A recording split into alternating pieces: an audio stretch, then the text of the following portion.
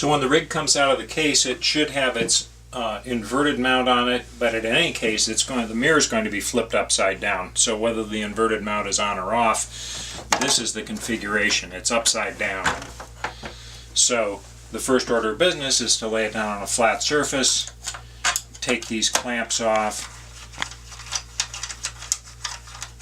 and you can take one clamp completely off.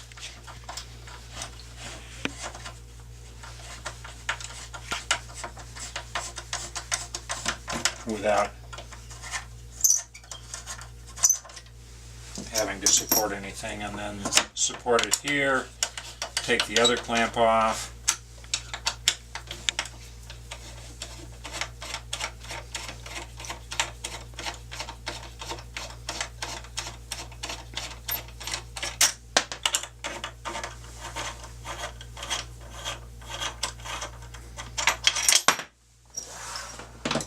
at that point, the mirror box will just sit there. It's almost at the right angle, just like that.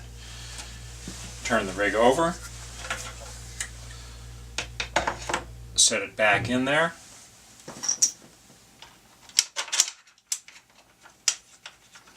put the clamp back on,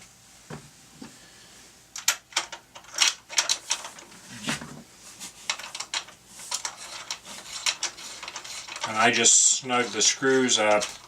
I'm holding it so that it's fit into the V right here correctly, and I'm just snugging the screws up gently until I get both clamps on.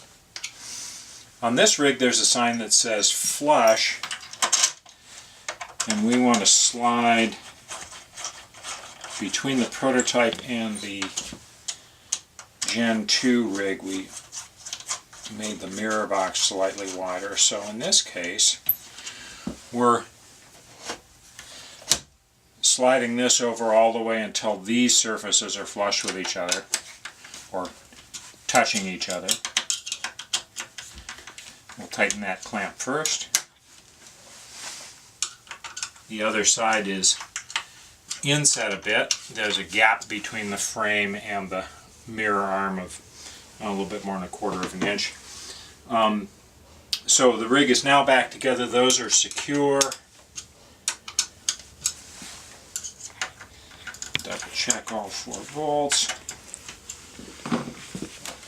And you can turn the rig over,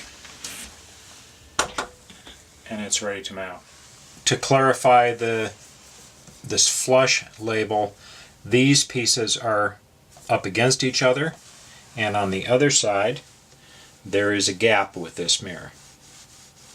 With this thing to do to prepare it is this post has been moved over in order to be able to flip it upside down for shipping.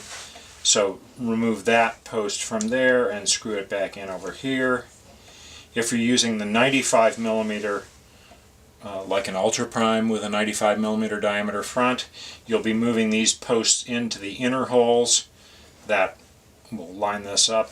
And there's also a mask that goes on that covers over to prevent light from getting in behind there.